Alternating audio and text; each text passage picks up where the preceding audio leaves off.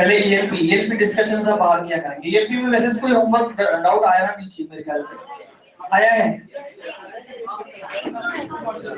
एक दो क्वेश्चन है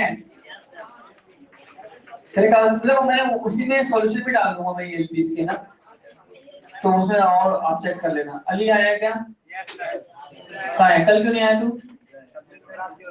फोर्थ फ्लोर पे आया क्या कह रहे हैं? फोर्थ फ्लोर तक आ गया फिर वापस चला गया, क्यों? तबीयत ज्यादा खराब थी, क्या हो गया था? पता नहीं, चेकअप कराया?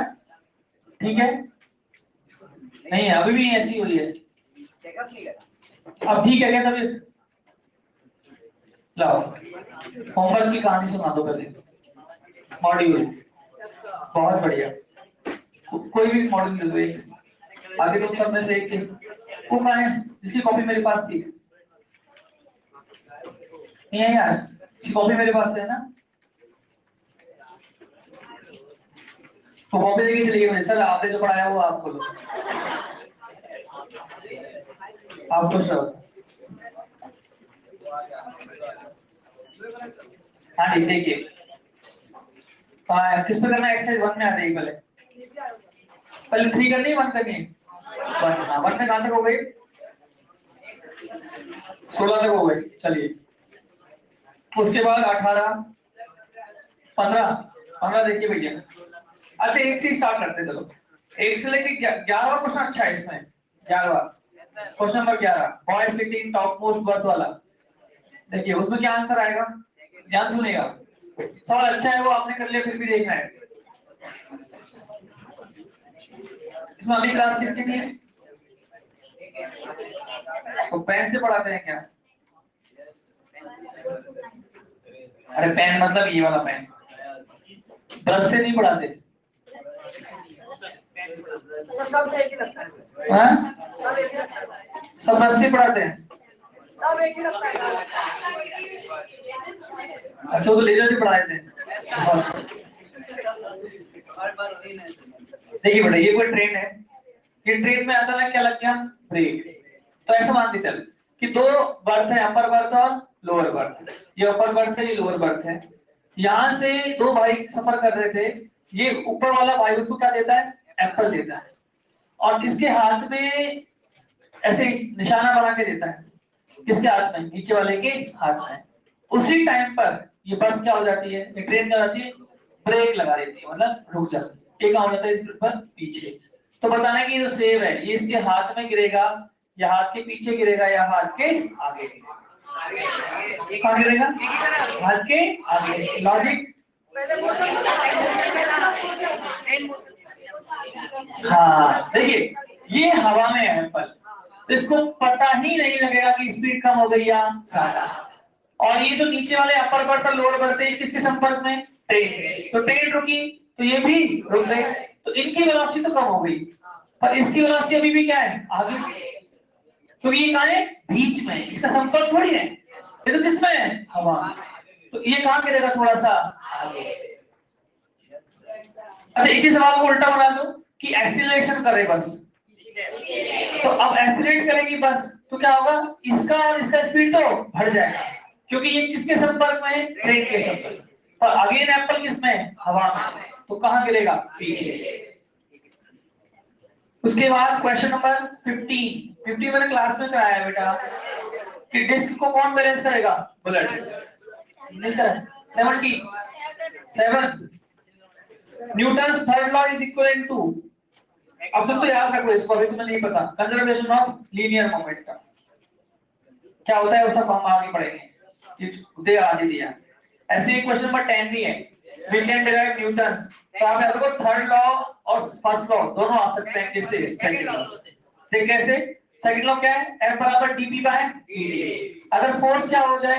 0, तो dp 0, तो p कांस्टेंट, मतलब जो जैसा है वो ऐसा रहेगा, कब? जब उस पर कोई फोर्स ना हो। बोलिए कौन सा लॉ आ जाएगा? फर्स्ट लॉ, ऐसी थर्ड में रहता है। उसके बाद क्वेश्चन नंबर 16 17 नहीं दिया, 16 के बाद 19 क्या वो ट्रिक से सवाल जल्दी बने? याद है ट्रिक? 19, 20, 21 बहुत प्यारा सवाल है। तुम्हें लग रहा है कि सवाल में सर जी कांस्टेंट वेलोसिटी लिखा हुआ है, तो एक्सेलरेशन कितना होना चाहिए? 0, तो नेट फोर्स भी 0। बिल्कुल सही सोच रहे हो तुम, लेकिन तुमने पढ़ा नहीं सवाल। वो कौन सा फोर्स पूछ रहा है? टेबल का। वो ये थोड़ी कह रहा है कि हॉरिजॉन्टल में कोई फोर्स होगा क्या। मुझे भी पता है कि हॉरिजॉन्टल में वेलोसिटी क्या है? कांस्टेंट। तो हॉरिजॉन्टल में तो फोर्स कितना आएगा? 0 ही आएगा। उसने किससे पूछा है? टेबल से। टेबल से कौन सा आएगा? नॉर्मल। जो किसके बराबर होगा? mg। तो n बराबर mg। और एक और गलती, मास ग्राम में है। ग्राम में कर लो ना, कोई दिक्कत नहीं। सारे तो सारे आंसर टाइम में है ना, तो कितना हो गया? 40। अब g का वैल्यू कितना होगा SCGS में? 980 और 9.8 मीटर पर सेकंड स्क्वायर। इसको चेंज करोगे सेंटीमीटर पर सेकंड स्क्वायर में, तो 980 हो जाएगा। तो सॉल्व करोगे तो ये आ जाएगा 3900। समझ आई बच्चा? उसके बाद क्वेश्चन नंबर मैंने दिया है 33 नहीं हुआ? अरे कल क्लास में नहीं कराया? सिक्के वाले सवाल नहीं है? अब मुझे बताओ, इसमें भी लैंग्वेज है, पर ये लैंग्वेज कंपैरेटिवली आसान लगी। अरे सवाल करेंगे तो पता लग रहा होगा। ये प्रैक्टिस है, इसी को प्रैक्टिस बोलते हैं। अब जिसने काइनेमेटिक्स से प्रैक्टिस करना बंद कर दिया होता, वही सोच लिया फिजिक्स खत्म, तो उसके लिए यहाँ भी मुश्किल हो जाती है। तो आप अगर तैरना लगातार प्रयास करते रहेंगे तो छोटे पानी में तो तैर ही सकते हैं। क्या बोला आपने? 33। उसके बाद क्या दिया था? एक्सरसाइज 3। हाँ जी, एक्सरसाइज 3 में 12। एक्सरसाइज 3 में 12। अच्छा सवाल है ये भी। हो गया? वैसे मैं बताता हूँ। मोमेंटम h हाइट पे कितना आएगा? √2gh। और 2h हाइट पे √2g इंटू 2h। और परसेंटेज चेंज क्या होता है? देखिए सवाल क्या कह रहा है कि h हाइट से किसी बॉल को ड्रॉप किया, तो उसका मोमेंटम कितना आएगा मुझे बताओ? m into √2gh। क्योंकि वेलोसिटी कितनी हो जाएगी? √2gh। अब इसी पत्थर को अगर 2h हाइट से गिराऊं तो इसका मोमेंटम क्या आएगा? Mass into 2g into 2h का रूट। ठीक आएगा? अब परसेंटेज चेंज क्या आएगा मोमेंटम में? परसेंटेज चेंज वो हमेशा क्या होता है? Final minus initial upon initial into 100। तो फाइनल कितना हुआ? ये रहा m into 4gh minus m into √2gh upon नीचे क्या आएगा? m into √2gh into 100। है तो कोई डाउट? m खत्म। √2gh कॉमन लो तो क्या बचेगा? √2gh से ये भी कटेगा, तो यहाँ पे केवल क्या बचेगा? √2। और ये भी कट गया, तो क्या बच गया? √2 माइनस 1 इंटू 100। ये होता है 1.4 माइनस 1.4 1.41 होता है ना। सॉल्व करने पे क्या आएगा? 41%। ऐसे क्या था? कौन सा क्वेश्चन है? Question number 12।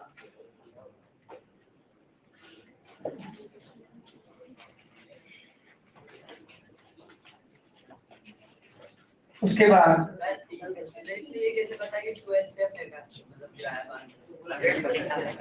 बहुत बढ़िया बेटा, 100% से बढ़ा दी ना हाइट। तेरे पास 2 रुपए थे, 100% बढ़ा दिए, कितने कर दिए? 102। देख मैं निकालता हूँ। 100% कैसे निकालेंगे? 100/100 का इंटू पुराना कितना था? 2। तो कितने बढ़ा दिए? 2 बढ़ा दिए। तो पहले कितने थे? 2 और बढ़ा दिए, कितने हो गए? 4। तो अपन बोलते हैं ना 100% तुम्हारा इंक्रीमेंट हो गया, इसका मतलब क्या हुआ? डबल हो गया। अरे बोलो, जैसे कि डॉक्टर कहते नहीं मैंने मेरी फीस डबल कर दी है, तो तुम डॉक्टर बनोगे तो तुम भी तो ये करोगे हर दिन डबल। आज 200 कल 400, इमरजेंसी की 1200, मेरे लिए फ्री। सर आप बीमार नहीं हो, आप भी फ्री में नहीं पढ़ाते।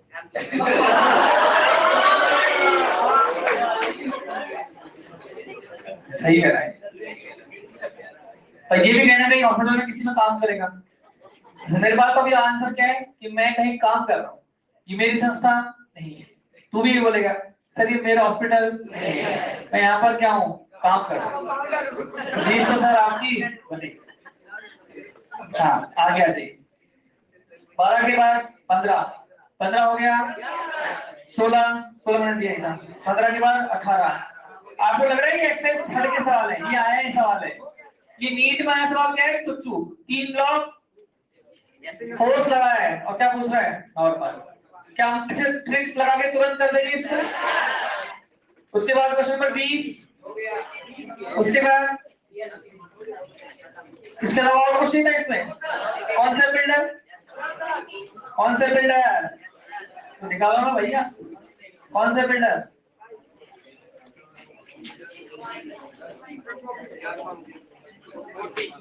हाँ एक से आ जाओ, 1 2 3 4, हाँ 4 देखते हैं। हाँ बिल्कुल, जब तक ऑप्शन नहीं होगा आप डायरेक्शन नहीं बता सकते, तो नहीं निकाल सकते। इसमें क्या होता है, हमेशा ऑप्शन नहीं है तो आप नहीं बता सकते डायरेक्शन, तो आप टेंशन ना लो उसकी। कभी कभी ऐसा भी होगा तुम्हारा आंसर नेगेटिव आ रहा है और पीछे आंसर पॉजिटिव आ रहा है, तुम्हारा आंसर पॉजिटिव आ रहा है पीछे आंसर नेगेटिव, तो हम कैसे डिसाइड करेंगे मैग्नीट्यूड पूछ रहा है या वेक्टर पूछ रहा है? तो वहां तो क्या बने हुए आएंगे, ऑप्शन। पर सर जो माइनस आ रहा है ना वही आंसर दिया नहीं इसमें हो रहा है कभी कभी, इसमें एक सवाल करो होमवर्क में, इसमें पीछे है एग्जांपल में, इसमें डेल्टा पी जो है वो नेगेटिव आएगा, लेकिन आंसर क्या आ रहा है, पॉजिटिव, क्योंकि केवल क्या पूछ रहा होगा, नेगेटिव। उसके बाद क्वेश्चन नंबर 5 बता दूं, machine gun fires mass of, देखो मशीन गन का मास का कोई रोल नहीं है इसमें। It fires 35 gram bullet at a rate of 400 bullet per minute at the speed of 400 meter per second. What average force must be applied to the gun to keep it in position? सवाल समझ में आ रहा है? मतलब आप बोल रहे हैं 3 फोर्स होते हैं जब हम बुलेट फायर करते हैं, तो बुलेट पर फोर्स क्या लगता है, गन पर, और उसे वहीं रखने के लिए हाथ से आगे। क्या तीनों फोर्सेस की मैग्नीट्यूड सेम होती है? अगर 200 बुलेट पे ना लगा तो 200 गन पर, तो हाथ से रोकने के लिए भी लगाना पड़ेगा। तो अल्टीमेटली वो वही वाला फोर्स पूछ रहा है जो बुलेट ने लगाया। और कौन सा केस हुआ ये, पहला हुआ ना यार, पहले बुलेट किसमें, रेस में, बाद में किसने की, बी से। उसमें मैंने उल्टा बताया था, बी से चले और रेस में जाता है, या रेस से चले या, दोनों में डेल्टा पी तो क्या आएगा, एमवी है। बोलो तो इस केस में क्या लिखेंगे, एवरेज फोर्स किसी एक बुलेट के लिए एमवी बाय टी। ऐसे कितनी बुलेट्स हैं, एनएमवी बाय टी। अब रख दीजिए, mass of bullet 35 into 10 raised to power 3, velocity 400। अब नंबर ऑफ बुलेट्स, ये क्या होता है, नंबर ऑफ बुलेट्स पर सेकंड, इसने क्या देगा, पर मिनट, तो क्या कर दो 400 डिवाइड बाय 60। नहीं समझ पाया? अरे एन बाई टी क्या होता है, नंबर ऑफ बुलेट्स पर सेकंड होता है, पर मिनट है, पर है ना, पर का मतलब नीचे। हाँ तो इसी को तो मल्टीप्लाई करेंगे 60 से नीचे ही। हाँ कितना आया, 1 2 3, 3 से 3 गई और इससे ये गया, कितना बचा, 35 into 16 बाय 6, अप्रोक्सीमेटली कितना आएगा, 93.3। अब हो जाएगा। अब हुआ क्या इसमें, बचा क्या, मैंने करके दिया। और एक हो गया था, ये गलती। गलती नहीं है बेटा, ये सिर्फ पाप है, इसके लिए तो फांसी होनी चाहिए।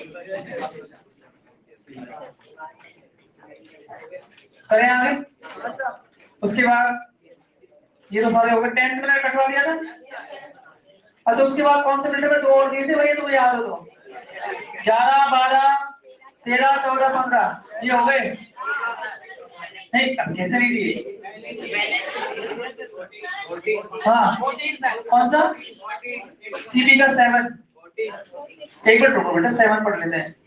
Balloon has a mass 10 gram, escape rate 5, volume shrink हो गया, क्या निकालना है? फोर्स। फोर्स क्या होगा? Delta P by delta T. कितने में है? 10 ग्राम का है, 5 सेंटीमीटर पर सेकंड, तो एम भी लगा दें, एम इंटू वी। तो 10 ग्राम में है ये, चेंज करो करो सर। देखो क्या लगाओगे? एमवी। देखिए मैं फिर बोल रहा हूँ, ये टाइम जो मैं दे रहा हूँ ये रिकॉर्ड हो रहा है, और ये डिस्कशन रिकॉर्ड हो रहा है, इसका कोई रोल नहीं है, सिर्फ तुम्हारे लिए कर रहा हूँ क्योंकि मेरे लिए इंपॉर्टेंट ज्यादा कौन हो? तुम लोग। इसलिए जो होमवर्क में कर रहा हूँ डिस्कशन, वो तभी फायदेमंद है आप कर रहे हो, और आधे लोग कर रहे हैं इसलिए मैं डिस्कशन कर रहा हूँ। जब करना बंद कर दोगे, मैंने ग्रोथ 1 2 3 बंद कर दिया डिस्कशन, और 4 बच्चे करते थे वो दोबारा पूछ लेंगे, ये मैं यहाँ भी कर दूंगा, करते रहना आप लोग। एमवी मास कितना?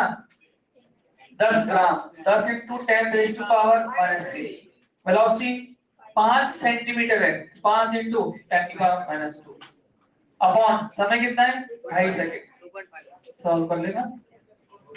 उसके बाद क्वेश्चन नंबर 11 से लेके 16 कौन सा? 40।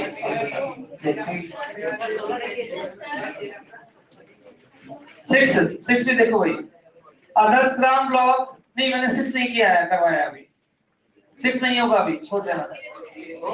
क्या लगाया तुमने इसमें?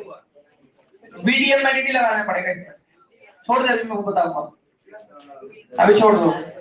11, 12, 13, 40 देखो तुम डफड़ा क्या हो रहा है? 13 तो क्लास में कराया है यार, √2GH। एक में h कितना है? 9.8, और एक में h क्या है? 4.9। 14 में पता है क्या हुआ? पूरा की पूरा एंगल दे रखा है 90। ये पूरा एंगल कितना है? 90। तो एक तरफ का एंगल कितना आएगा? 40। ठीक है। उसके बाद 17 कौन सा दिया था? कौन सा फिल्टर? 18 और 19। बहुत आसान है, हो गए थे 18 और 19। चलिए अब आगे बढ़ते हैं, जो डाउट हो वो कर पूछना। ईएलपी भी एक बार दिखा देना, ईएलपी कर रहे हो ना? मैं बताता हूँ, ईएलपी 1 पूरी थ्योरेटिकल है, उसमें तुम्हें डाउट क्या आया मैं बता रहा हूँ। डाउट तुम्हें आना चाहिए इसमें क्वेश्चन नंबर 9 में। क्वेश्चन नंबर 9 एवरेज फोर्स निकालना है। अब एवरेज फोर्स कैसे निकालेंगे? पी दे रखा है पी, उससे एवरेज फोर्स कैसे निकालेंगे? कुछ डिफरेंशिएशन करने की जरूरत नहीं है। एम बराबर क्या होता है? Delta P by delta T, और डेल्टा टी क्या होगा? P final minus P. पहले टाइम की वैल्यू 5 रख दो मोमेंटम में, वो कौन सा आ गया? फाइनल। फिर टाइम की वैल्यू 0 रख दो, वो कौन सा आ गया? इनिशियल, और अपॉन क्या कर दो? 5। Second, essential characteristics of translational equilibrium. तुम तो याद रखो, इक्विलिब्रियम का मतलब नेट फोर्स 0, इसमें फोर्स 0 हो रहा है, जिसमें फोर्स 0 होगा उसमें एक्सेलरेशन भी क्या हो जाएगा? 0। सेकंड ऑप्शन हो जाएगा। उसके बाद जो डाउट आएगा वो आएगा, बताऊं क्वेश्चन नंबर 13 में। 13 बहुत बढ़िया सवाल है, किसने किया? 13 नहीं हो सकता, 13 तो बोल क्या किया? मर्शन हो गया तो अच्छी बात है, देखते होते कैसे किया, बोल।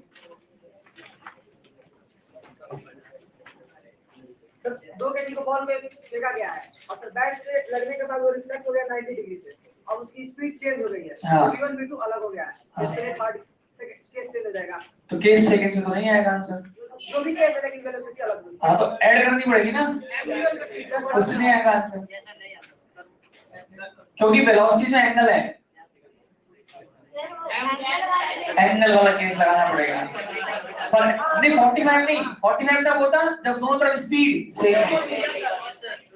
अरे इसमें नया क्या हो देखो, नया ये है इस सवाल में कि यू बॉल आ रही है, कितने पे चली गई, 90 में पूरे पे चली गई। ये आई कितने से, 6 से। मैंने आपको बताया था कि नियम क्या होता है, कितने से आती है, 6 से, इस चैप्टर में। तभी तो लगाना है 2mv cos थीटा। और यहाँ ये कितने से आ रही है, 8 से आ रही है। तो कुछ तो नया है इसमें। हाँ बहुत बढ़िया भाई। चेंज इन मोमेंटम निकालना है, तो चेंज इन मोमेंटम के लिए निकालना क्या है, चेंज इन वेलोसिटी। दो वेक्टर्स दे रखे हैं, क्या करेंगे, उनके बीच का एंगल क्या है, 90। उनका चेंज निकाल सकते हैं।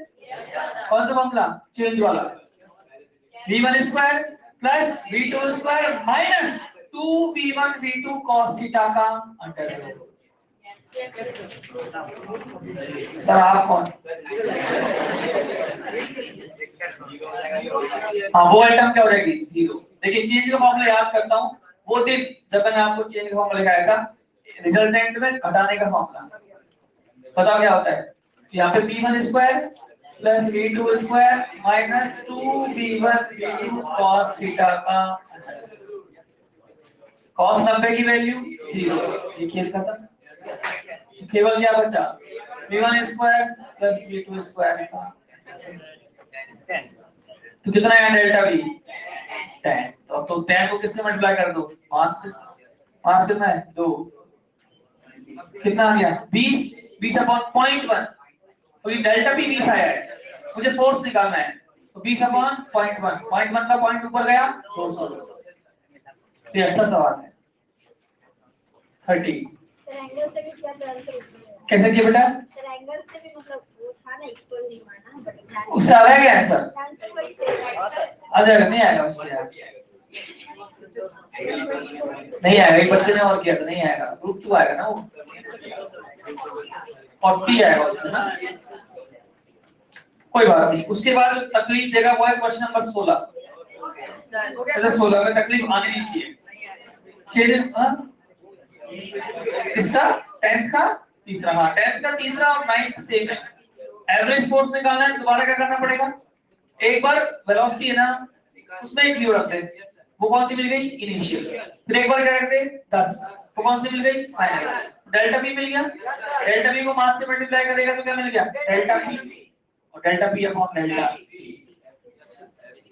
जिन लोगों ने 9th और 10th खुद से किए हैं, तुमने नेट से देखे हैं, ऐसा होता है कोशिश ये होती है कि नेट पे सवाल नहीं मिले, सब हाथ से बनाए हुए सवाल हैं कुछ क्वेश्चंस। और दूसरी बात बताऊं, नेट पर कोई भरोसा मत करो, मैं आपको ऐसे बहुत सारे क्वेश्चन बता रहा हूं जिनके आंसर गलत है, क्योंकि वो सॉल्व कौन कर रहे हैं, हम जैसे लोग ही तो कर रहे हैं। टीचरों के पास समय थोड़ी वो सॉल्व करेंगे, कौन करेंगे, बच्चे ही करते हैं।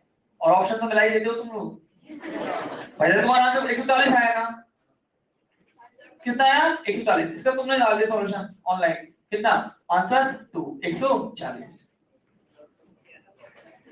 अब वो गलत है ना, पर डाल दिया मैंने, तो अब मैं सर्च करूंगा तो वो भी तो कहने नहीं आ जाएगा, मैं उसी को आंसर मान लूंगा।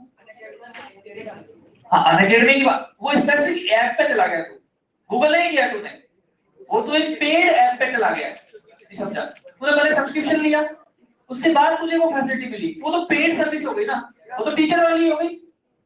मैं गूगल करने की बोल रहा हूँ, अब जब मैं इसको सवाल डालो शायद सही आ जाए, ऐसा नहीं है गलत आएगा, पर गलत आने के चांसेस भी है। 80% नहीं लेकिन 20% तो है।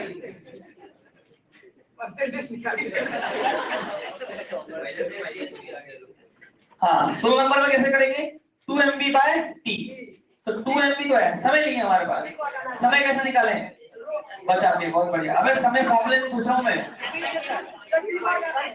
डिस्टेंस अपॉन टाइम, डिस्टेंस कितनी, पाई आर अपॉन v।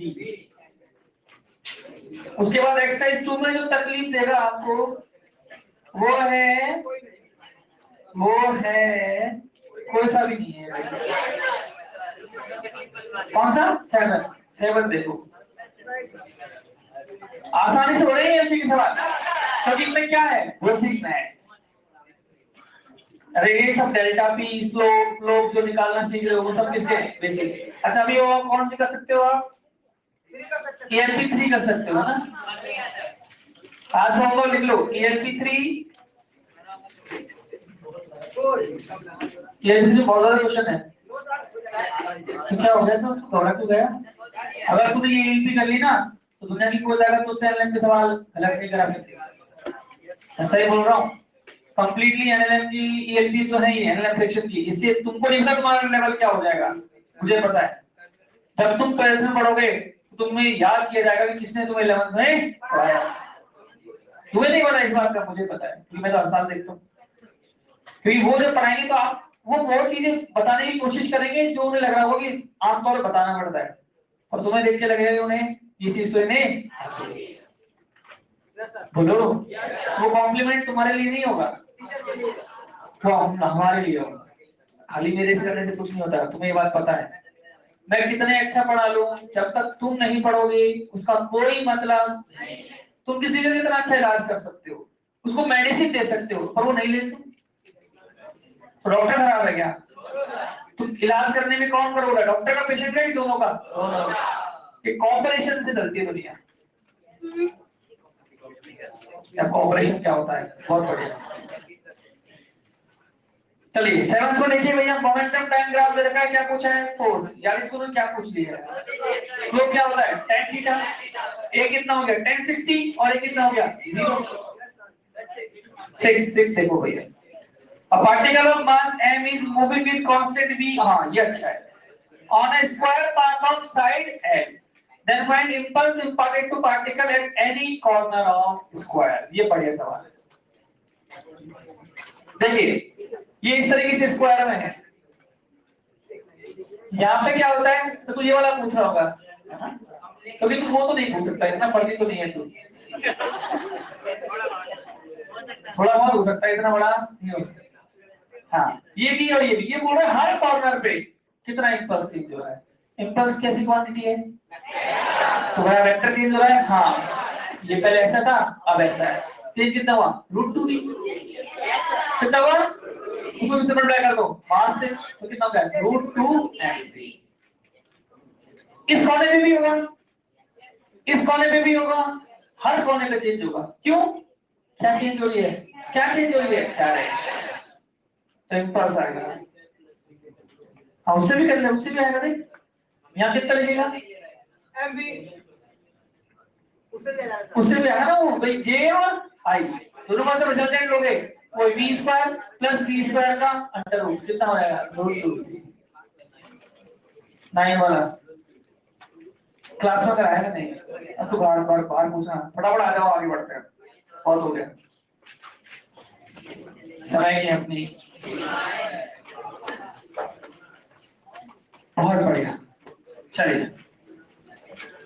आगे कहां पर थे लास्ट अपन, क्या नॉर्मल हमेशा mg के बराबर होगा, क्या mg ज्यादा हो सकता है, जैसा तो क्या mg से कम हो सकता है, नहीं हो सकता, क्या mg से ज्यादा हो सकता है, mg के बराबर हो सकता है, क्या 0 हो सकता है, हाँ उठा लो तो नॉर्मल 0।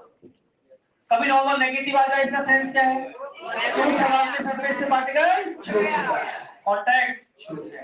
यहाँ तक याद है, चलिए आगे बढ़ते हैं, एक प्रश्न देखते हैं, क्या देखते हैं, एक प्रश्न, एक m मास का ऑब्जेक्ट है, उस पर एक फोर्स लगाया मैंने ऐसे 5 mg, कितने एंगल पर 37 डिग्री,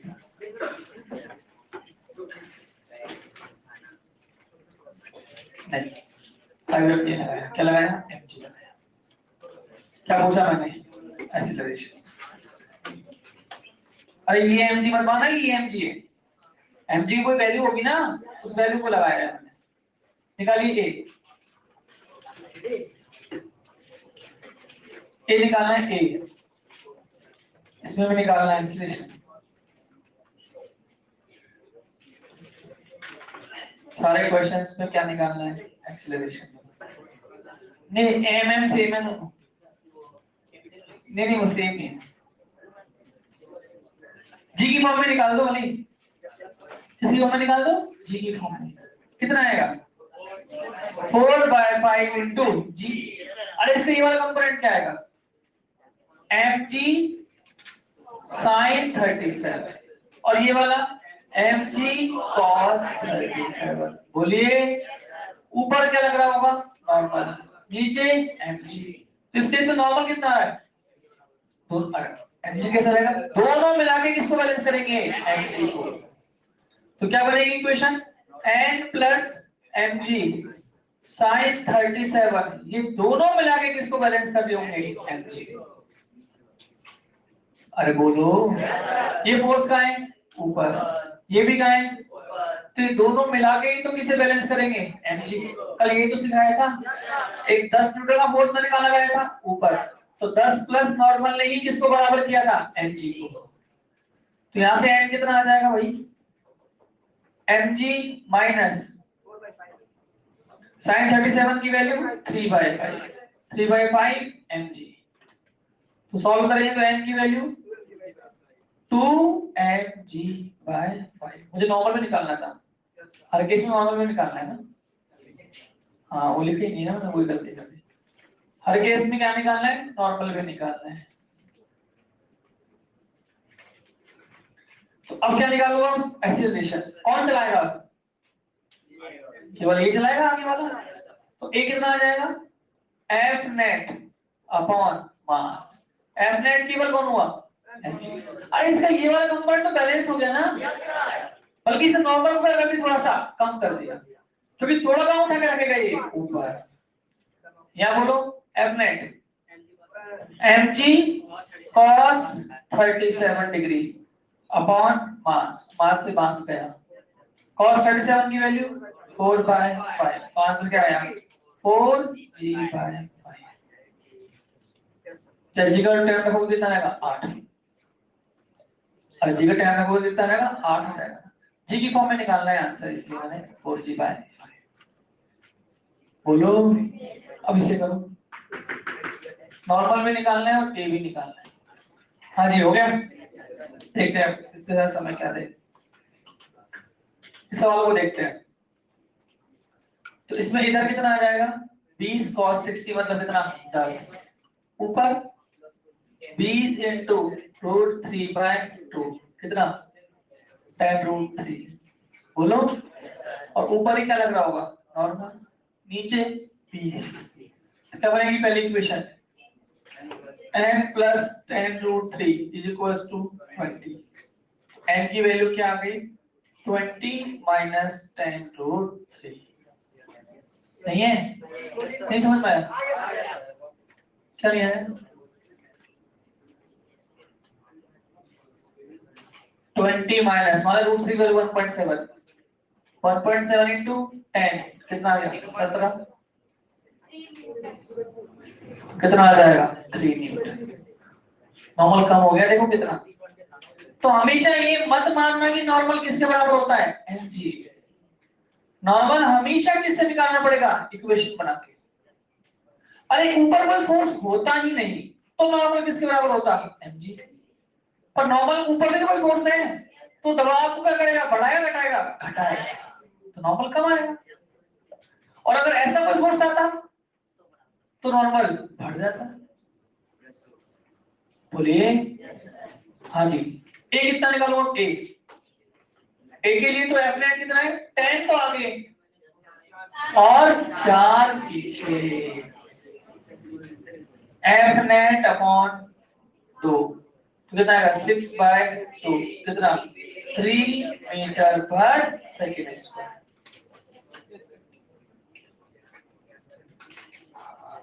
अरे हेलो, अब इसमें देखिए इस वाले में इसमें क्या हो रहा है, इधर इधर क्या आएगा 4mg, तोड़ दिया ना इसको, इसके ऊपर 3mg, नीचे mg, ऊपर नॉर्मल। नॉर्मल क्या आ रहा है इसमें नेगेटिव आ रहा है ना, इसका मतलब कांटेक्ट छूट गया। वो दिख भी रहा है नीचे कितना है ऊपर नीचे, ऊपर, ब्लॉक कहाँ चला जाएगा? ऊपर चला जाएगा। इस सवाल में ब्लॉक पर एक्सीलरेशन ऊपर भी आएगा और आगे भी आएगा। कैसे आएगा? टेढ़ा आएगा।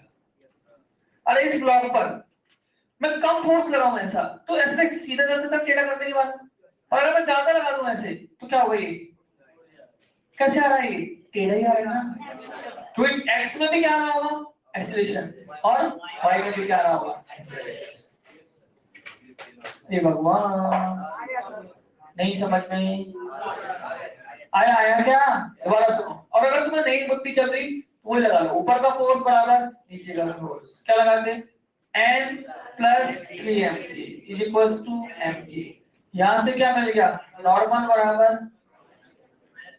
तो नेगेटिव ने क्या बताया कि कांटेक्ट छूट गया, कांटेक्ट छूट गया, और नॉर्मल कितना हो जाएगा? 0। तो कैसे सवाल करेंगे? अब ये हवा में है, हवा में पता है क्या हो रहा होगा? इसके ऊपर क्या लग रहा है? सॉरी 3mg, नीचे mg, इधर 4mg। अब इसका क्या निकालना है? एक्सीलरेशन। कैसे निकालें? x में भी होगा और y में भी होगा, दोनों को निकाल के ऐड कर देना वेक्टर फॉर्म में। या तो पहले को वेक्टर सॉल्व कर लो। अरे क्या कैसे करते हो इस सवाल को मुझे बताओ। 3mg और mg के ऊपर कितना? 2mg। इसको आगे सॉल्व करोगे तो क्या मिलेगा? ये ब्लॉक जिसमें इधर कितना? 4mg, इधर 2mg, दोनों का क्या लोगे? रिजल्टेंट। रिजल्टेंट लेने के बाद डिवाइड बाय n। तो इस केस में a कितना आएगा? बड़े सवाल है। a कितना आएगा? देखिए mg स्टोर कितना हुआ? 4 और 16 20 √20 mg अपॉन m। m से m ये कितना होगा? 4 5 जा 20, तो 2√5 इंटू कि हमें प्राण दे दिए। क्या होगा? बोलो। तो पता है मैं जितने भी सवाल बनाता हूं उन सब सवालों को बनाते वक्त मैं इस बात का ध्यान रखता हूं। अभी आप लोगों ने कल सवाल कराया था नॉर्मल वाले, बोलो। उस नॉर्मल वाले में मैंने ऐसे एक फोर्स लगाया था और यहाँ वेट था 3 किलो। तो मैं ध्यान रखता हूं कि यहाँ जो फोर्स हो उसका ये कंपोनेंट क्या हो? 30 से कम हो। बोलो।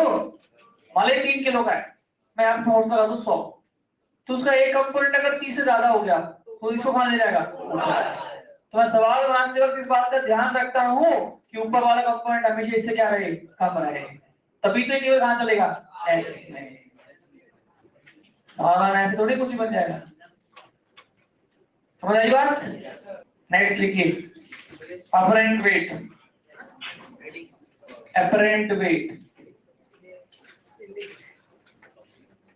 टॉपिक है नया। अपरेंट वेट कैसे लिखेंगे? WAPT।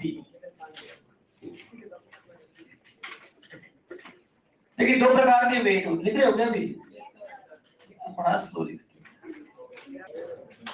तुम्हें से कितने लोग चंबा गार्डन घूम के आ गए? अरे अकेले?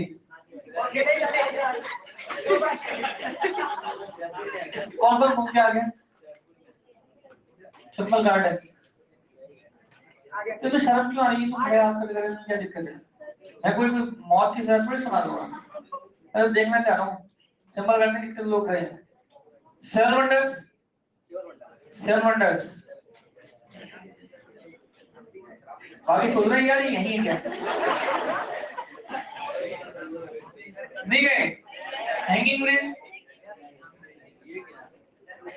ये क्या है? बहुत बढ़िया। हैंगिंग ब्रिज सैंडविच आती है। अरे भाई दुनिया देखने आती है चीजों को, उसको देख लो तुम। तो कोटा में 2-4 चीज अच्छी है देखने की। जब भी समय मिले, जब तुम्हें लगे तुम्हें बहुत सारा स्ट्रेस हो गया हो, जब लगे ऐसा, तब जब आपको लगे कि यार मुझे ब्रेक चाहिए, तो मूवी जाने से अच्छा है, मॉल जाने से अच्छा है आप एक्सप्लोर करो आसपास की चीज जो यहाँ नहीं है। इसमें बताऊं वर्ल्ड ट्रेड क्या है? WTP, world trade park. वहां 7 वंडर्स नहीं, WTP नहीं है। WTP तो जयपुर में है। मैं वाइबो घुमाऊं। यहाँ पे 7 वंडर्स है। मतलब एक साइंस गार्डन है, साइंस गार्डन है यहाँ पर एक, ठीक है ना। आप किसी को भी ऑटो वाले से बोलो 7 वंडर्स छोड़ दो, तो दुनिया के जो 7 अजूबे हैं उनका एक डेमो बना रखा है, उसे बोलते हैं साइंस पार्क। और उसकी सबसे अच्छी बात क्या है कि उसके ऊपर प्लेट लगी हुई है, उस प्लेट पे लिखा गया है उनके बारे में कि वो कब बनाया था, क्या उसका नाम है, पीसा की मीनार, ताजमहल, और क्या है, Eiffel tower, Qutub Minar,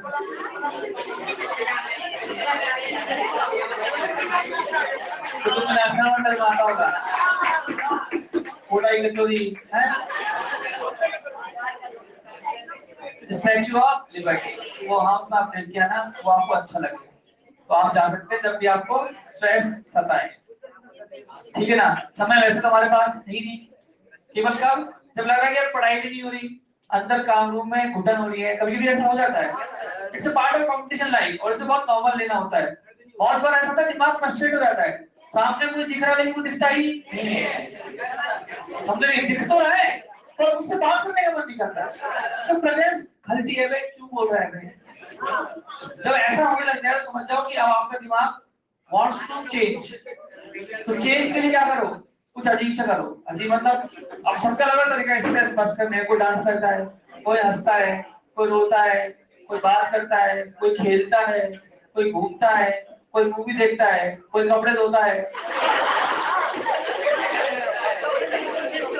stress, कोई खाना बनाता है, सारे किसी का स्ट्रेस बस करने का अलग अलग तरीका होता है।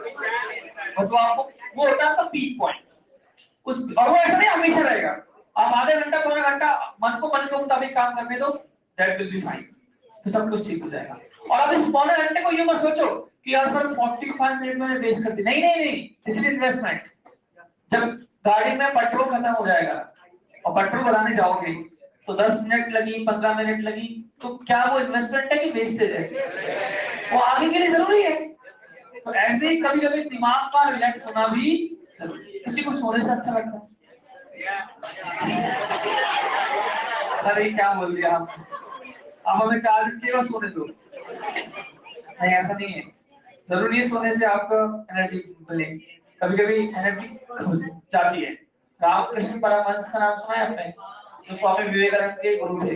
अब स्वामी विवेकानंद कौन, तो रामकृष्ण परमहंस के शिष्य थे। तो उन्होंने अपनी किताब में लिखा था कि अगर मनुष्य, मानव, ह्यूमन अगर 6 घंटे से ज्यादा सोते हैं तो वो सोने में भी क्या लगा रहे हैं, अपनी एनर्जी। 6 आवर्स से अगर आप ज्यादा सोते हैं तो आपको सोने के लिए भी क्या करनी पड़ती है, एनर्जी खर्च करनी पड़ती है। तो जब आप उठते हो तो आप बहुत ज्यादा एनर्जेटिक फील नहीं करते। और मुझे लग रहा है कि उस जमाने की बात होगी, इस जमाने में 6 से बढ़ा के क्या कर दो, 8,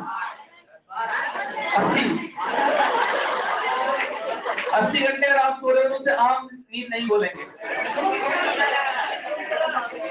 तो कुछ ना कुछ गड़बड़ है। आ जाओ, एपरेंट वेट, बस बहुत हो गया। 2 तरह के वेट होते हैं, एक्चुअल वेट और एपरेंट वेट। और ऐसा नहीं सिर्फ तुम्हारे साथ होता है, मास्टरों के साथ भी ऐसा होता है, स्ट्रेस बर्स्ट हो जाता है। इसमें मतलब पढ़ाते पढ़ाते कभी ऐसा होता है कि सामने जो दिख रहे हो पता नहीं लगा क्या बोल रहा हूँ, तो मैं करता हूँ उस टाइम धीरे धीरे क्या होता है, मैं क्विक रिस्पॉन्स कैसे बस करता हूँ, मैं बात करने लगता हूँ तुम लोगों से। 10-5 दिन बात करता हूँ, मेरे को ऐसा लगता है कि यार मैं ठीक हो गया, सही बोल रहा हूँ। तो मेरे लिए इंटरेक्शन बहुत जरूरी होती है। इसलिए ऑनलाइन में जो क्लासेस होती थी तो मैं बड़ा परेशान करता था, किससे बोलूं। हालांकि बच्चों को आदत लग गई थी, बाद में चैट में वो बता देते सर आप बोलते रहो, मैं क्या करता चैट ऑन कर देता, चैट ऑन करके स्पीकर सुनो, मतलब बोलते ना आवाज म्यूट करते, मैं ऑन कर देता, मैं क्या बोलूं। 10-5 मिनट वो ऐसे बोलेंगे, फिर वो कचरा शुरू कर देंगे, मुझे तो मेरे से मतलब था, 10 मिनट बाद म्यूट कर दिया। तो स्ट्रेस बस्ट करने का हर तीसरे का अलग तरीका भी होता है। अब आ जाओ एपरेंट वेट, 2 तरह के वेट होते हैं बेटा, एक्चुअल वेट और एपरेंट। एक्चुअल वेट क्या होता है, जो हमेशा हो mg। मेरा एक्चुअल वेट कितना है, mg। वो कितना में होता है, 5 किलो, 10 किलो, 15 किलो mg, तो 15 into g, वो क्या है व्यक्ति का एक्चुअल वेट। तो यहाँ पे देखो कभी कभी ऐसा होता है कि जब हम झूले पे झूलते हैं, या फिर आपने वो देखा हो नाव वाला झूला, जब उसके ऊपर जाते हैं तो यहाँ पर ऐसे कुछ अजीब से गुदगुदी होता है, इसे बोलते हैं कंडीशन ऑफ वेटलेसनेस। हमें फील होता है कि लाइट हो गई का, तो क्या सच में आदमी लाइट हो गया? तो उसे फील लाइट हुआ है, इसका नाम क्या होता है? Apparent weight. एपरेंट वेट मतलब the weight that we feel. तो लिखो, it is basically the weight that we feel.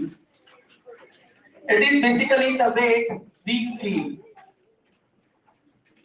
It is basically the weight that we feel.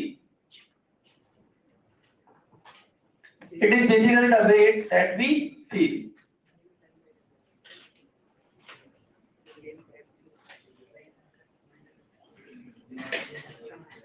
That we feel. अब देखिए एपरेंट वेट क्या होता है जनरली, लिखिए basically it is reading of the weighing machine. Reading of the weighing machine. Weighing machine की जो reading होती है वो एपरेंट वेट होती है। weighing WEIGHING weighing machine। अब नीचे लाइंस देखना, weighing machine measures normal force। weighing machine measures normal force।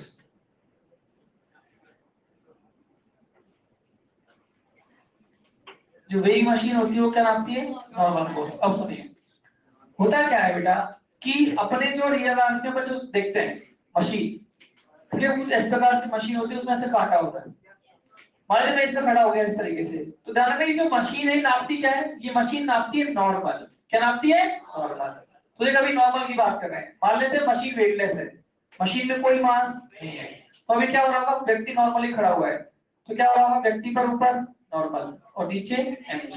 तो व्यक्ति के लिए अगर बात करें तो व्यक्ति के लिए नॉर्मल बराबर mg, क्योंकि अभी वो खड़ा हुआ है।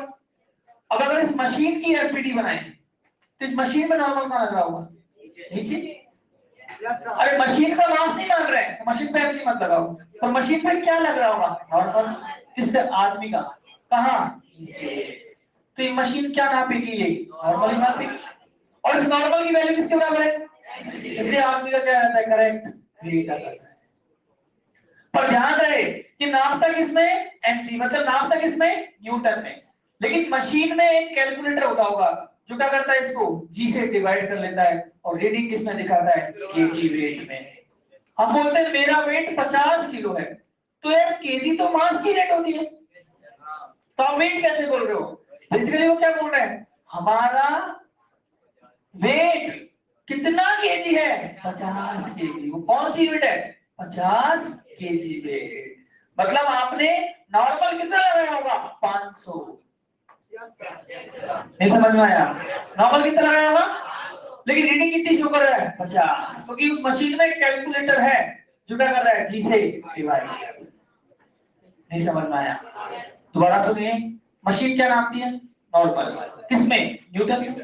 पर शो किसमें करती है? केजी। तो यूनिटी तो है। अरे फोर्स की मैंने एक बार यूनिट लिखा है क्या? KG weight. वो क्यों होती है? क्योंकि हमारा जो वेट होता है वो किस में आता है? KG weight. कोई बोले आपका वेट कितना है? 60 किलो, तो 60 किलो मास थोड़ी है। इसका मतलब ये है आपका वेट कितना है? 600 न्यूटन। कितना है? 600 न्यूटन। तो रीडिंग क्या नाप, मशीन क्या नापती है? नॉर्मल। तो सोचो अगर मशीन पे ज्यादा लोड लगा दोगे तो नॉर्मल, तो एमजी थोड़ा ना बढ़ा है, रीडिंग तो क्या हो जाएगी? लेकिन बढ़ गई। अरे उसी मशीन पे आप जोर से किया हुआ है, दबा के खड़ा हो, रीडिंग बढ़ जाती है ना, तो आदमी का वेट बढ़ गया। तो मशीन क्या नापती है? एपरेंट वेट या एक्चुअल वेट? एपरेंट। सामान्य स्थिति में एन बराबर क्या होता है? एमजी। इसलिए आपको कौन सा वेट आता है? एक्चुअल। लेकिन अगर मान लीजिए दो मशीन लगा दूं मैं, एक मशीन यहाँ और एक मशीन वैसे खड़े हो जाऊं, तो क्या दोनों में एक्चुअल वेट आएगा कि दोनों पे आधा आधा आएगा? तो मशीन ने क्या नापा? वेट या नॉर्मल? मशीन क्या नापती है? तो हम यही करेंगे, कहीं कहीं मशीन को ले जाएंगे, तो जहां जहां फोर्स कौन सा आएगा? नॉर्मल, वही क्या आ जाएगा वहां पर? मशीन की। अगर क्या करेंगे सवालों में? नॉर्मल चेंज होता है क्या? क्या नॉर्मल हमेशा एमजी के बराबर आता है? तो मशीन की रीडिंग भी अलग अलग आ सकती है। तो क्या आदमी का एक्चुअल वेट बदला है? तो कौन सा वेट नाम दिया उसको? एपरेंट। अरे भैया मशीन की रीडिंग बदल सकती है क्या? नहीं बदल सकती। तो फिर रीडिंग अलग आएगी तो व्यक्ति का वेट अलग अलग आएगा ना।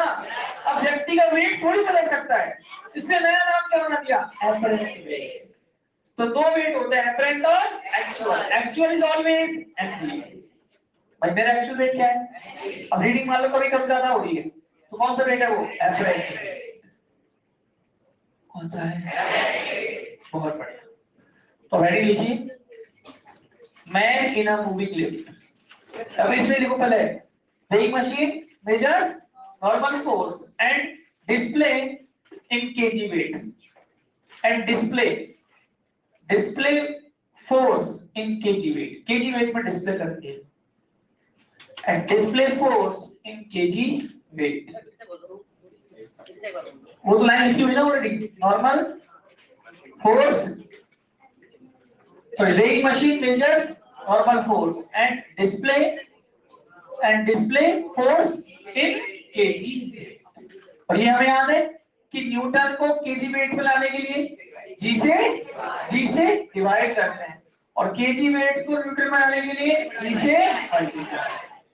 ठीक है, अब देखिए हेडिंग लिखिए, man in a moving lift. अब हम देखेंगे कौन कौन से केस में नॉर्मल बदल सकता है। Man in a moving lift. पहला case, lift is at rest. Lift किस पे है? रेस्ट पर है। रेस्ट पर हो या वेलोसिटी कांस्टेंट हो, दोनों का मतलब एक्सीलरेशन जीरो। अरे फिजिक्स की दृष्टि से कोई कांस्टेंट वेलोसिटी से चले या रेस्ट पर हो, दोनों में नेट फोर्स जीरो होता है। दोबारा सुनो, फिजिक्स के अंदर कोई पार्टिकल, मैं भी हूं, मेरे को नॉर्मल बराबर क्या हो रहा है? mg। देखो नेट फोर्स जीरो, और अगर मैं कांस्टेंट वेलोसिटी से भागूं तो भी नेट फोर्स जीरो। अब इसमें केस बनाते हैं। क्या केस है? मुद्दे की बात है, मुझे ये चेक करना है कि एपरेंट वेट और एक्चुअल वेट क्या क्या आएगा। मशीन के बेस पे मैंने क्या लगा दी? एक मशीन लगा दी। क्या लगा दी? एक मशीन। इसके ऊपर एक आदमी रख दिया इस तरीके से, ये रहा एम मास का। इस मशीन का ये कितना है? जीरो। मुझसे पूछा गया बताइए रीडिंग ऑफ मशीन। तो रीडिंग अगर निकालनी है तो बेसिकली मुझे क्या निकालना है? नॉर्मल। और इसके एमपीडी बना दो। नीचे क्या लग रहा है? ऊपर क्या इसका ए जीरो है? ऊपर बराबर, नीचे एंड बराबर, यस और नो? तो एपरेंट वेट भी कितना आ गया? mg। और एक्चुअल भी कितना होता है? तो जब लिफ्ट रुकी हुई होती है तो एपरेंट वेट ही क्या होता है? Actual wait. जो सामान्य केस है, सामान्यतः पर जो खड़े हुए रहते हैं तो एपरेंट वेट ही क्या होता है? Actual wait. बोलिए केस नंबर 2। फिर ये क्या हुआ? कुछ नहीं सही। केस नंबर 2 क्या है? केस नंबर 2 ये है कि मान लीजिए lift is accelerating upward. Lift is accelerating upward. Lift का ए कहां है? अब ऊपर। तो क्या डायग्राम बनाऊं? ये लिफ्ट है, इसका ए कहां है? ऊपर। वापस से वही फंडा है पूरा। ये लिफ्ट के अंदर मशीन लगा दी, एक बंदा इस पे रख दिया एम मास का। वापस मुझे क्या निकालनी है? Reading of machine. बताइए नीचे क्या लग रहा है? mg। ऊपर और चाबी कहां है? ऊपर। क्या इक्वेशन बनाएंगे आपकी बात? कौन सा फोर्स पॉजिटिव होगा? जिस तरफ एक्सीलरेशन है। क्या लिखूं? n minus mg is equals to ma। तो n की value mg plus ma। Plus आएगा ना, तो m की वैल्यू क्या आ गई? m into g। तो बताइए जो एपरेंट वेट आया इस केस में वो ज्यादा है या कम है? एपरेंट वेट कितना आ गया? m इंटू जी प्लस। और एक्चुअल वेट कितना होता है? mg। तो एपरेंट वेट क्या आएगा? ज्यादा आएगा किससे? और ये होता भी है, याद करो जब लिफ्ट में रेस्ट को, लिफ्ट जब ग्राउंड फ्लोर से ऊपर आती है धक्का सा लगता है, हमें क्या लगता है? हम क्या हो गए? भारी। तो हमें लगता है ना ऐसा क्या सच में भारी हो रहे हैं? मतलब 50 किलो का आदमी लिफ्ट में गया 90 किलो का हो गया, पर रीडिंग क्या आएगी मशीन में? ज्यादा। क्या आएगी? क्योंकि एक्चुअल वेट तो सेम है, पर क्या बढ़ाएगा? एपरेंट। और तो जब वही लिफ्ट आ जाती है तो हमें क्या होता है? हल्का सा महसूस। तो रीडिंग क्या होती है? कम। वो भी आएगा। देखो तीसरा केस, तीसरा केस देखेंगे।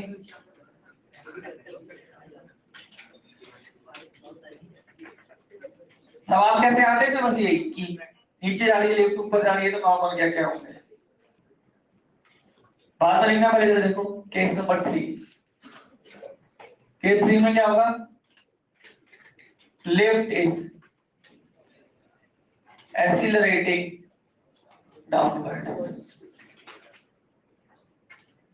लिफ्ट क्या हो जाए? नीचे आ रही हो। अब लिफ्ट का ए कहां है? नीचे। अब इस केस में क्या होगा कि जैसे मान मैं आपसे बोलूं कि ये इस तरीके से केस रहा,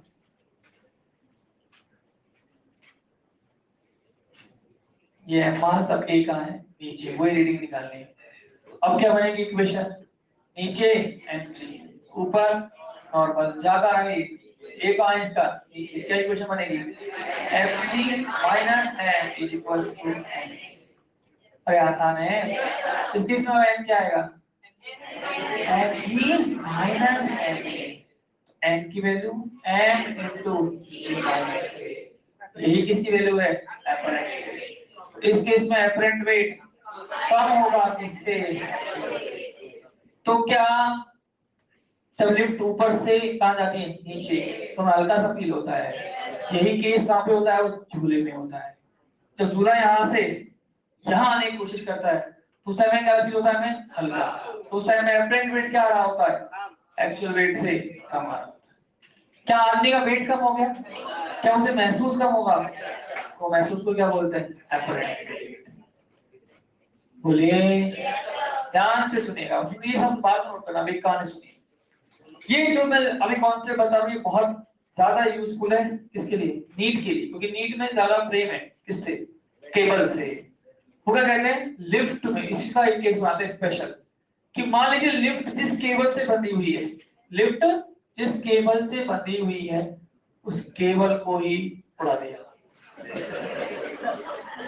तो बताइए इस आदमी का नीचे आ गए। अब ये क्या बन गया? जी। अरे उड़ा दे तो फ्री फॉल हो गया ना भाई। क्या हो गया है? Free fall. तो बताइए नॉर्मल कितना आएगा? 2 mg आएगा। बहुत तीन आएगा। इसी मामले में रख के देखना है यार। जब लोग नॉर्मल mg कहाँ है? नीचे। क्या बनाएगा? mg माइनस n बराबर यहाँ भी mg। mg से mg तो नॉर्मल। नॉर्मल क्या कांटेक्ट छूटेगा? नहीं। सरफेस पर क्या आएगा? दबाव आएगा ही। सोचिए सरफेस खुद का जा रही हो, तू खड़ा है इस पे क्या नहीं आएगा? कोई लोड ही नहीं आएगा। क्या कांटेक्ट छूटेगा? पर फिर भी नॉर्मल क्या आएगा? 0। क्यों?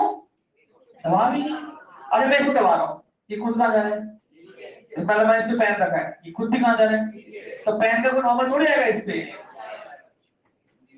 बोलिए नॉर्मल क्या आया? इसे क्या बोलते हैं? कंडीशन ऑफ वेटलेसनेस, भारहीनता। उसे लगेगा कि वो क्या है? हल्का, लेकिन वो हल्का थोड़ी है। उसे फील क्या होगा? अगर अब आप जब थोड़े से अच्छे डॉक्टर बनोगे, अच्छे कॉलेज में जाओगे, तो आप अपने दोस्तों के साथ गोवा जाओगे, तो आप बंजिंग जंपिंग करोगे। बंजिंग जंपिंग या पैराग्लाइडिंग कुछ भी करेंगे तो वहां क्या हाइट से गिरा देते हैं। तो आप हाइट से गिराओगे तो आपको रियल पता लगेगा। आपको क्या लगेगा? शरीर कुछ भी नहीं, एकदम लाइट, बिल्कुल हल्का, क्योंकि उस टाइम पर नॉर्मल क्या है?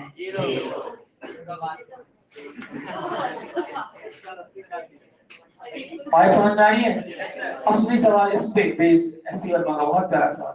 सवाल सुनेगा कि अगर एक व्यक्ति सूटकेस अपने सर पे रखकर छत से कूद जाए, मतलब बड़ी हाई बिल्डिंग से कूद जाए, a man keeps a suitcase on his head and drops from a high building, then find out the contact force between his hand and suitcase during the air जमीन।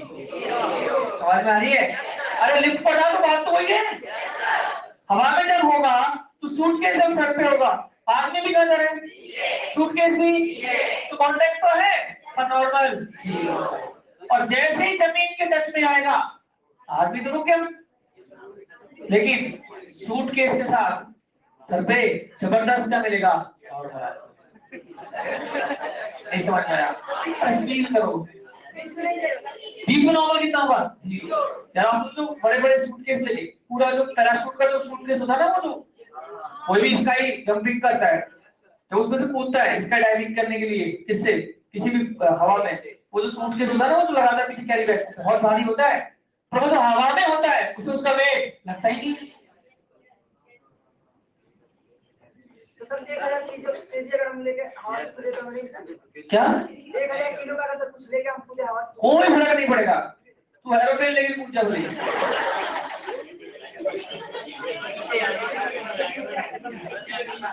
बस जैसे ही नीचे गिरेगा, जमीन जैसी आएगी तो वहीं खुदना पड़ेगा, वहीं खुदाई शुरू कर देना। समझ में कॉन्सेप्ट क्या है? हवा में क्या होगा, आपने देखा, सुन एक बार और मूवीज देखी जिसमें वो कार पलटाते हैं, ऐसे फिसल पट्टी आती है, फिर ऐसे कार ऐसे जंप लेती है, या फिर बाइक में, स्कूटी में, साइकिल में देखा हो, जब बचपन में देखे होंगे, वो बहुत सारे गेम आते हैं, वो किलोमीटर रोड पे साइकिल चलती है, तो जो साइकिल में ऐसे स्टंट मारते हैं ना, वो यहाँ से सीट छोड़ देते हैं। क्यों छोड़ते हैं? क्योंकि अगर वो बैठेंगे तो भी नॉर्मल कितना है, जीरो। ये क्या बोल रहे हैं? ये तो कभी देखा ही नहीं हमने। कार देखी, कार के स्टंट देखे ऐसे वाले, मतलब यहाँ से ऐसे उठते हैं तो वो टॉप मोस्ट पॉइंट आता होगा, उस टाइम पे सीट से नॉर्मल जीरो, कभी भी क्या हो जाते हैं, वो उठ जाते हैं, तो नॉर्मल कितना है, जीरो।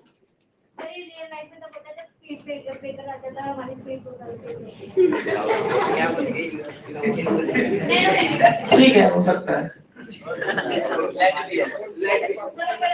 उसका रीजन दूसरा है, लेकिन वो तो हम खुद उठते हैं, आप चला के कभी नहीं उठेंगे तो फिर चलने लायक ही नहीं। लिख लिया, फटाफट लिखो, बस समय नहीं है। सर एक बकेट में हम लोग पानी लेते हैं सर, उसको तेजी में एक राउंड घुमा देते हैं तब भी नहीं गिरता है पानी। हाँ, तो उसमें भी लगा रहा है, वो सेम कुछ स्पीड होती है, स्पीड से, हाँ तो एक स्पीड आती है उसमें, हाँ तो वो तो अलग सवाल है, रूट 4 स्पीड आती है, रूट 4 स्पीड अगर नहीं होगी तो पानी कहाँ जाएगा, नीचे आ जाएगा। वो तो पानी की बोतल से कर लो, पानी की बोतल को लगातार तेज घुमाओ, एक वेलोसिटी ऐसी आती है जब पानी आना बंद हो जाएगा बोतल में से, पूरा बोतल में पानी नहीं गिरेगा घुमाओगे जब। तुम इसको तो ध्यान लगाओ, पहले याद रहेगा, इसको याद कैसे रखेंगे, जब वेट कब बढ़ता है, ऐसे वाला था, वेट कब बढ़ता है, जब ए का हो और ए नीचे हो तो वेट, और ए जीरो हो तो वेट सेम रहेगा। बोलिए, आगे लिखिए, प्यारे ऐसे था, लिख लिख, कुछ नहीं होगा, 11th बंदे तक कोई रोल नहीं, फिर मत हो बस, बाकी 90 बनाओ या 99 बनाओ, 11th की परसेंटेज कोई नहीं पूछेगा। 10th की मार्कशीट तो इसलिए जरूरत होती है क्योंकि वो आपका क्या होता है, नहीं, प्रूफ ऑफ आइडेंटिटी होता है, प्रूफ ऑफ आइडेंटिटी बनाया था 10th की मार्कशीट को, अभी कोई मतलब नहीं है। जिन लोगों ने 10th में 99 बनाई है तो यहाँ क्या तीर मार रहे हैं, वो भी साइन को पॉज से काट देते हैं। जो भी पूछना हो नेक्स्ट ब्रेक में पूछना, ब्रेक होते कोई बाहर मत आना पूछ, मेरी 3 क्लास होती है, मैं 10 मिनट चाय पीऊंगा, स्ट्रेस है ना, नेक्स्ट क्लास के बाद पूछना, मैं यहीं पे शाम को डाउट टाइमिंग जो है वो है अपनी 6:30 to 7:15, 7:15, 6:30 से 7:15।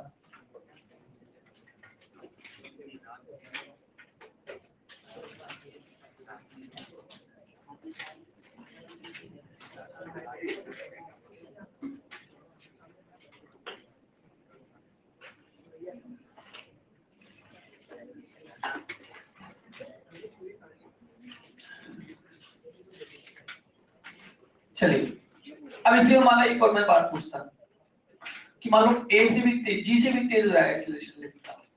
लिफ्ट तो मशीन है, समझे? वैसे मैं एक केस और क्या बना रहा हूँ, सुनिएगा। हाँ, क्या केस है सुनना कि लिफ्ट खुद कितने से आ रही हो, 12 से आ रही हो, 12 मीटर पर। अरे 12 से मतलब कोटा कूदी 12 से नहीं, लिफ्ट कहां से आ रही हो, 12 से, 12 मीटर पर सेकेंड। अब बताइए इस आदमी के साथ क्या होगा। अब किताबों में पता क्या बना हुआ रहेगा कि आदमी ऊपर जाएगा, नहीं, नॉर्मल तो दी हुई है, पर आपको पता है क्या हुआ, ज्यादा तेज कौन चल रही है, लिफ्ट। आदमी कितने चल रहे हैं, 10 से, लिफ्ट 12 से। तो लिफ्ट का छत आदमी के सर से टकरा जाएगी और वहां से क्या बनने लग जाएगा, नॉर्मल। थोड़ी देर बाद क्या होगा पता है, थोड़ी देर बाद ये होगा कि ये आदमी इस तरीके से हो जाएगा। इसका बिल्कुल अब किताबों में ऐसे बना रहता है, तो किताबें वाले क्या सोचते हैं कि ये आदमी कहां चला गया, अबे दोनों ही कहां जा रहे हैं, नीचे। आदमी कैसे चला जाएगा, who is responsible for the upward motion, इस ऊपर कौन लेके चला है, ऊपर जाएगा नहीं जाएगा भाई, जा रहा है ऑनलाइन में खुद जा रहा हूं 5 से नीचे, ये आ रही 15 से नीचे, तो इसकी छत में सर से नहीं आएगी क्या, और फिर छत से आने पर अब हम लोग क्या करेंगे, साथ साथ। अब जब जैसे यहां से क्या मिलने लग जाएगा, नॉर्मल, अब दोनों का ऐसे कितना हो जाएगा, ए हो जाएगा। नहीं समझे, दोबारा इसका ए कितना है, 12, तो जी से ज्यादा है ना, तो इसे इधर अगर जी से तेज चलना है, किसको, आदमी को, इधर फोर्स चाहिए होगा ना, कौन देगा, वो लिफ्ट देगी। तो जब छत से टकरा जाएगा तो नॉर्मल कितना मिलेगा, यहां से मिलने लग जाएगा, और दोनों सिस्टम आगे किससे चलेंगे, ए से। After some time, the roof of the lift collides with the head of the man, and both as a system will move.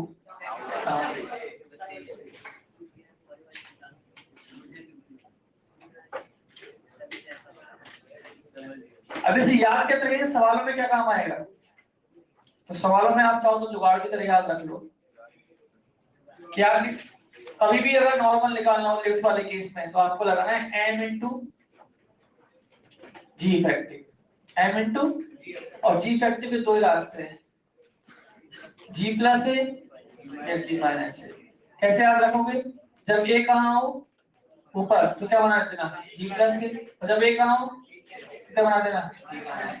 कैसे याद रखोगे, जब ऐसे करते हैं अपन तो किसी का कॉन्फिडेंस बढ़ाते घटाते हैं, कॉन्फिडेंस बढ़ाते घटाते हैं, तो जी प्लस है, और जब ऐसा करते हैं तो किसी का कॉन्फिडेंस तो जी माइनस है। घटने का कोई मात्रा नहीं होता। कैसे रखो, बोले यहीं से स्टार्ट करेंगे, पहले लग गई क्या,